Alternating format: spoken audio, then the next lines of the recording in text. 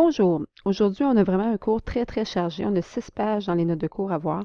Donc, tout de suite, tu t'en vas à la page 67 dans Conquête. Donc, mets-le sur pause et reviens-nous.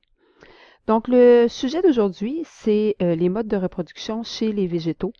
Donc, ce qu'on va voir, c'est que les végétaux peuvent se reproduire de plusieurs façons. Donc, ils peuvent se reproduire de façon asexuée, comme on a vu au dernier cours, mais ils peuvent aussi se reproduire de façon sexuée pour certains. Donc, dépendant des végétaux, il y en a même qui vont même se reproduire des deux façons.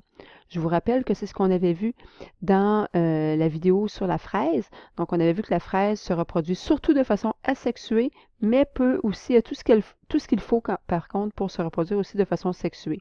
Mais dans la nature, c'est plus facile pour elle de façon asexuée. Donc, commençons justement avec la reproduction qu'on dit asexuée. Comme on a vu pour la fraise, il y a différentes méthodes de reproduction asexuée et celle que la fraise utilise, c'est ce qu'on appelle le marcottage. C'est ce que nous, on va voir en classe. On ne va pas voir le bouturage, donc on peut faire un X dessus. Donc, on va vraiment parler de marcottage. Donc, qu'est-ce que le marcottage? On a une petite définition ici. On va se mettre un X à côté pour dire que c'est important. Donc, on dit que c'est un mode de reproduction chez les végétaux pendant laquelle une partie de la plante va s'enraciner pour devenir une nouvelle plante. Donc, on va juste souligner partie de la plante s'enracine et devient un nouvel individu après s'être séparé de la plante mère. On a 3 cas ici qui nous sont présentés. On a la plante araignée que j'appelle, comme nous avons en classe, qui se reproduit à l'aide de stolons. J'ai aussi écrit que c'est le cas du fraisier, donc le fraisier qu'on a vu dans la vidéo, donc qui se reproduit aussi à l'aide de stolons, donc comme on l'a expliqué. Il y a aussi un autre mode de reproduction qui se ferait à l'aide de rhizomes.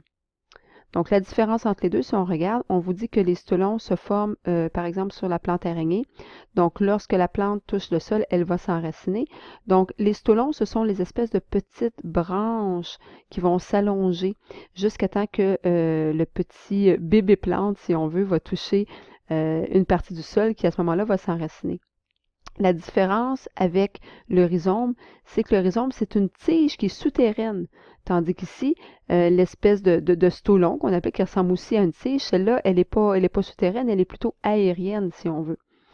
Donc, ce serait la différence entre les deux. Et ensuite, une plante pourrait jaillir de cette tige souterraine-là. La troisième méthode, c'est à l'aide de ces branches. Celle-là non plus, on ne va pas en parler. Donc, c'est vraiment les deux premières que je veux que tu regardes. Donc, à l'aide de stolon, à l'aide de rhizome, savoir faire la différence entre les deux. On en arrive à la page suivante. Donc, à la page 68. Alors, la page 68 nous parle justement de bouturage. Comme j'ai dit qu'on porterait attention surtout sur le marcottage, on peut rayer. Ça pourrait être intéressant. Tu pourrais aller lire ici la fenêtre sur le velcro. En tout cas, moi, j'ai trouvé ça intéressant. Donc, je t'invite à la lire toi aussi quand tu auras un moment ou de mettre encore la vidéo sur pause pour aller faire cette lecture-là. Donc, moi, je m'en vais à la page 69 tout de suite. Question de ne pas perdre de temps. Et à la page 69, on va nous parler de la reproduction maintenant qui est sexuée. Donc, on vous dit que la grande majorité des végétaux peuvent se reproduire de façon sexuée. Et celle que nous avons vue en classe lors du laboratoire et qu'on va parler encore au retour, c'est les fleurs. Donc, les fleurs qu'on a vues, donc les plantes à fleurs qu'on va nommer, ont une reproduction sexuée parce qu'il y a l'apparition ou il y a l'interaction entre la cellule mâle et la cellule femelle. Donc, quand les deux cellules vont s'unir, il va y avoir à ce moment-là la fécondation qui va créer un nouvel individu qui va avoir la moitié des caractéristiques ou la moitié des gènes venant de son père et l'autre moitié des gènes venant de sa mère. C'est pour ça qu'on dit que c'est une reproduction qui est sexuée. J'ai écrit ici que l'ordre est important. Donc, on vous montre le cycle de reproduction des plantes à fleurs en vous nommant la floraison, donc la plante qui va faire des fleurs, en nommant ensuite la pollinisation, donc les insectes qui vont se promener de fleur en fleur et qui vont transporter le pollen. Suite à ça, il y aura fécondation quand le pollen entre en contact avec les ovules. Ce qui va créer la fructification, donc la fleur va se transformer en fruit, comme on l'a vu pour le fraisier. Il y aura ensuite la formation de graines et quand ces graines-là vont tomber au sol, eh bien, ces graines-là vont germer, c'est-à-dire qu'elles vont tranquillement prendre racine pour former un nouvel arbre, donc croissance et développement, et le cycle recommence à ce moment-là. C'est pour ça qu'on appelle ça un cycle. Donc, juste noter que l'ordre d'apparition est important, c'est-à-dire que entre la floraison et la fructification, bien, il doit y avoir, par exemple, la pollinisation et la fécondation. Donc, je veux que tu sois capable de recréer le cycle en ordre. Donc, si je m'en vais tout de suite à la page 70, donc à la page 70, on va décrire justement les pas les 5 caractéristiques, mais plutôt les 5 étapes du cycle de reproduction des plantes à fleurs. Et on commence avec la floraison. Donc, on vous dit que la floraison, donc si je m'en vais plus bas, là, je passe quelques lignes, on reviendra au dessin ensuite, mais on vous dit ici, si je me fais une petite étoile, que la floraison, c'est l'étape au cours de laquelle la plante va produire la fleur. Donc, une plante produit une fleur, c'est ce qui est important dans cette phrase-là. Et on vous montre cette fameuse fleur-là ici. J'ai ajouté des choses. Par exemple, j'ai ajouté que l'organe mâle s'appelle l'étamine. Je vous ai dit en classe, hein, ça nous a bien fait rire, ça nous a surpris un peu, mais que certaines fleurs ont plusieurs organes mâles. C'est comme si certaines fleurs avaient plusieurs pénis. Et c'est ça qui nous faisait rire. Donc, ici, dans la fleur, on voit qu'elle a 1, 2, 3, 4, 5, 6 organes mâles. Donc, il peut y avoir plusieurs organes mâles sur une fleur, ce qui n'est pas le cas chez les animaux. Quand on parle de l'organe femelle, c'est le pistil. Donc, j'ai dit tantôt l'organe mâle était l'étamine. Ici, l'organe femelle, c'est le pistil. Combien y a-t-il d'organes femelles sur la fleur que je vous présente ici? Il n'y en a qu'un seul. Ça pourrait être différent chez certaines autres fleurs, par exemple chez le pissenlit ou encore chez la fraise. On a vu dans la vidéo sur la fraise que la fraise avait plusieurs pistils. Donc, encore là, ça peut dépendre d'une fleur à l'autre. Donc, la fleur qu'on a ici dans notre dessin n'a qu'un seul organe femelle. L'organe femelle est constitué de plusieurs choses. Il est constitué du stigmate, qui est la partie en haut ici. Il est constitué du style, qui est la partie allongée. De l'ovaire, qui est, si on veut, donc je vais prendre un autre crayon, là. Donc, l'ovaire qui est un peu comme la poche, qui va contenir toutes mes ovules. Et les ovules que l'on peut se représenter un peu comme étant des petits œufs, mais des œufs qui doivent être fécondés par le pollen. Okay? Donc, dans mon organe mâle, bien justement, j'ai des anthères. Donc, l'anther, c'est sur celle-ci. Donc, ici, on a grossi une anthère. C'est sur, finalement, l'anther qu'on va retrouver les grains de pollen. Grains de pollen qui sont la cellule mâle. Donc, cellule mâle doit entrer en contact avec la cellule femelle. Donc, c'est-à-dire que à partir d'ici, on se fait un petit dessin, mon pollen doit être transporté de mon étamine jusqu'au stigmate. Le pollen va ensuite rentrer à l'intérieur du style pour se rendre jusqu'à l'ovule, jusqu'à l'ovaire et pénétrer à l'intérieur d'une ovule. Et c'est à ce moment-là qu'on dit qu'il y a fécondation. Le pollen peut être transporté d'une fleur à une autre aussi. Donc, ce n'est pas obligé de se faire à l'intérieur de la même fleur, mais le pollen peut être transporté d'une fleur vers une autre fleur et féconder cette fleur-là. Et dans l'organe mâle aussi, quand on revient à l'organe mâle, il y avait les anthères où on retrouvait notre pollen et le filet, qui est l'espèce de longue tige ici que l'on retrouve. Les autres parties de la fleur, si on veut, ne sont pas reliées à la sexualité de la plante. Donc, il y a la pétale, ou le pétale plutôt, parce que c'est un mot qui est masculin. Donc, le pétale qui est là pour attirer les insectes. Les sépales qui sont un peu là pour retenir toutes les pétales. Et le pédoncule qui est la tige. Donc, ceux-là n'ont pas de rôle sexuel à jouer chez la plante. Donc, si on fait un récapitulatif, organe mâle, c'est l'étamine. Organe femelle, c'est le pistil. Dans un pistil, il y a plusieurs parties. Stigmate, style, ovaire, ovule. Et dans une étamine, qui est l'organe mâle, il y a aussi plusieurs parties, anthère, filet et pollen.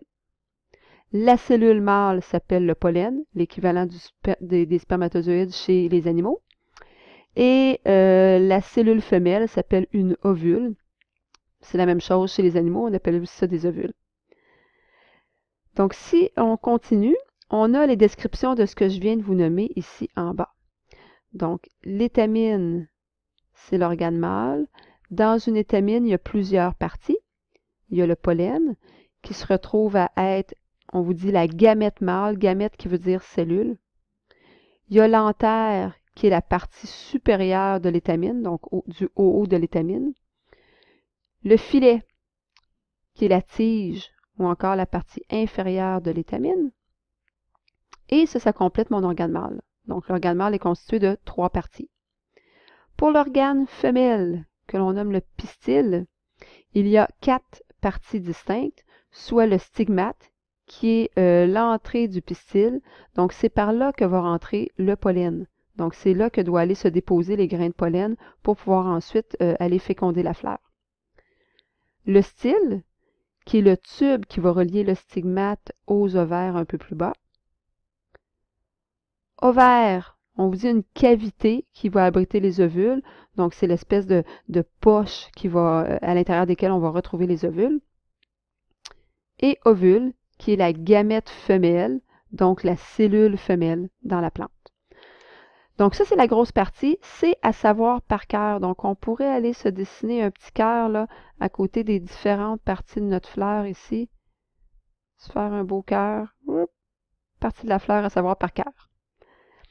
On en arrive ensuite à la page 71. Donc, page 71, on continue. Je vais aller plus rapidement parce qu'il nous reste peu de temps, là. Pollinisation et fécondation. Donc, qu'est-ce que la fécondation? La fécondation, on l'a vu dans le chapitre précédent, c'est la rencontre entre le pollen et l'ovule. Et tout le paragraphe ici, je vous dirais qu'il est important, là. Donc, on vous dit que pour avoir fécondation, il doit d'abord y avoir la pollinisation. Donc, les insectes, qui sont les agents pollinisateurs, doivent apporter le pollen jusqu'au stigmate et à ce moment-là, le pollen va rentrer à l'intérieur du pistil pour aller rejoindre l'ovule. Donc, les agents pollinisateurs, c'est ceux qui vont faire le transport du pollen. C'est par exemple les insectes et les oiseaux. Donc, je pourrais le souligner ici, là.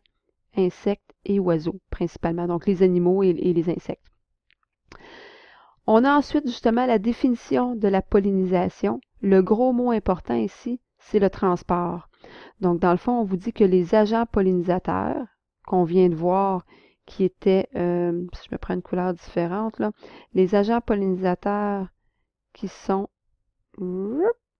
ici, mes insectes et mes oiseaux, donc vont transporter le pollen juste à partir de l'antère jusqu'au pistil. Donc, c'est ce que j'appelle la pollinisation, étape importante. Et ensuite, il va pouvoir y avoir à ce moment-là fécondation.